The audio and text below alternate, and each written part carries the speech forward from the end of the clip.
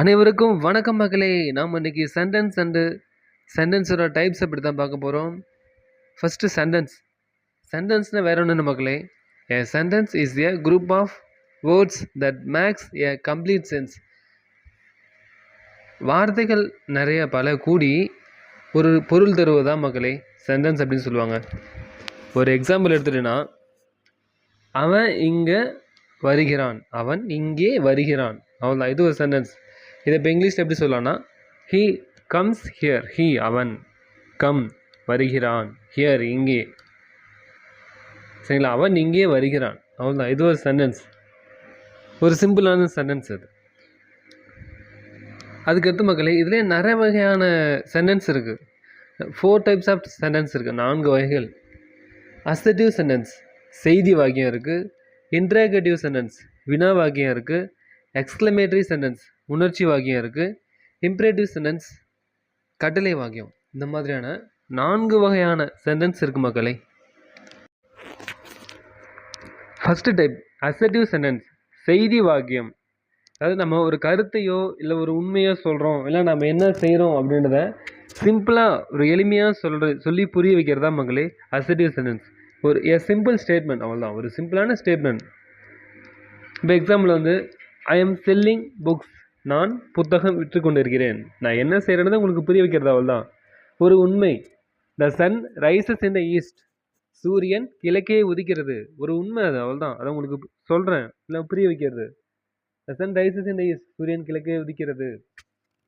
Peacock is a beautiful bird, மயில் ஒரு அழகான பறவை. எல்லாருக்கும் தெரிஞ்ச விஷயம்தான், அவ்வளோதான். இது ஒரு சிம்பிள் சென்டென்ஸ், அசர்ட்டிவ் சென்டென்ஸ் செய்தி வாக்கியம், அவ்வளோதான் மக்களே. அடுத்து இன்ட்ராகேட்டிவ் சென்டென்ஸ் அப்படின்னா வினா வாக்கியம். எல்லாரோட வாழ்க்கையிலையும் கேள்விகள் நிறைந்தது தான். இந்த கேள்விகளை பற்றின வாக்கியம் தான் இன்ட்ராகேட்டிவ் சென்டென்ஸ், வினா வாக்கியம். It is used to ask question, கேள்விகளை கேட்க பயன்படுத்தப்படுவது.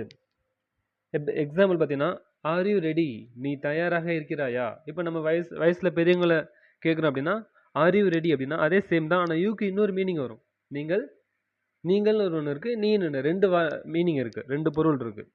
ஆர் யூ ரெடி வயசில் பெரியவங்களை கேட்கும்போது நீங்கள் தயாராக இருக்கிறீர்களா. இதில் நிறைய பேர் இருக்காங்கன்னா அவங்கள பார்த்து கேட்கும்போதும் ஆர் யூ ரெடி அப்படி சொல்லி கேட்கலாம். அதுக்கடுத்து வென் வில் யூ கோ, நீ எப்பொழுது செல்ல போகிறாய், அவ்வளோதான். இந்த மாதிரியான கேள்விகள் பற்றின வாக்கியம், அது கேள்விகள் கேட்க பயன்படுத்த வாக்கியம் இன்ட்ராகேட்டிவ் சென்டென்ஸ் மக்களே. அடுத்து எக்ஸ்க்ளமேட்டரி சென்டென்ஸ் உணர்ச்சி வாக்கியம்னு சொல்லுவாங்க. நம்மளோட உணர்ச்சிகளை வந்து வெளிப்படுத்தக்கூடிய வாக்கியம். Used to express feelings. ஃபீலிங்ஸ்னால் உணர்ச்சிகள், எக்ஸ்பிரஸ்னால் வெளிப்படுத்துறது, உணர்ச்சிகளை வெளிப்படுத்துறதுக்கு பயன்படுத்துகிற வாக்கியங்கள் மக்களே. இப்போ எக்ஸாம்பிள் பார்த்தீங்கன்னா, மணி வெல்டன், மணி நன்றாக செய்தீர்கள். இப்போ நான் ஒரு விஷயம் பண்ணுறேன், யாராவது என்ன புகழ்றாங்க அப்படின்னா மணி வெல்டன், மணி நல்லா செஞ்சுருக்கீங்க அப்படின்னு சொல்லி சொல்கிறது. மே காட் பிளஸ் யூ, கடவுள் உன்னை ஆசீர்வதிக்கட்டும், இல்லை கடவுள் உங்களை ஆசீர்வதிக்கட்டும், அவ்வளோதான். இந்த மாதிரியான உணர்ச்சிகளை வெளிப்படுத்தக்கூடிய வாக்கியங்கள் வந்து எக்ஸ்க்ளமேட்டரி சென்டென்ஸ் மக்களே.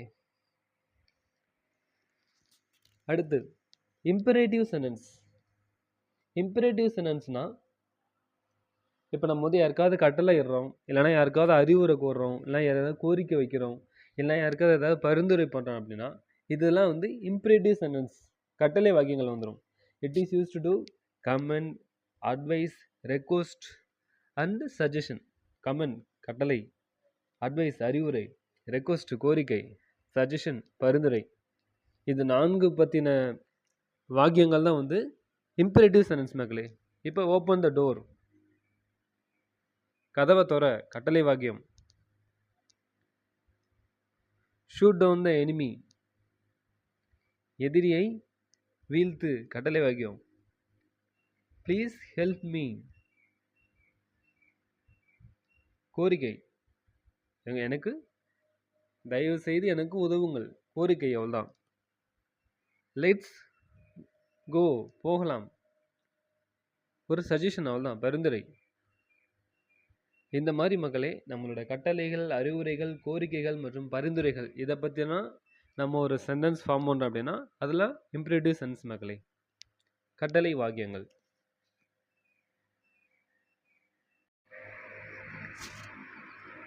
சென்டென்ஸோட டைப்ஸ்லாம் பார்த்துட்டு மக்களே, சென்டென்ஸில் 2 பார்ட்ஸ் இருக்குது. அதாவது வாக்கியத்தில் 2 பகுதிகள் இருக்குது. முதல் பகுதி ஃபர்ஸ்ட் பார்ட் வந்து சப்ஜெக்ட், இரண்டாவது பகுதி செகண்ட் பார்ட் ப்ரெடிகேட் அப்படின்றது. ஃபர்ஸ்ட் பார்ட் பார்த்தீங்கன்னா சப்ஜெக்ட்ன்றது எழுவாய்.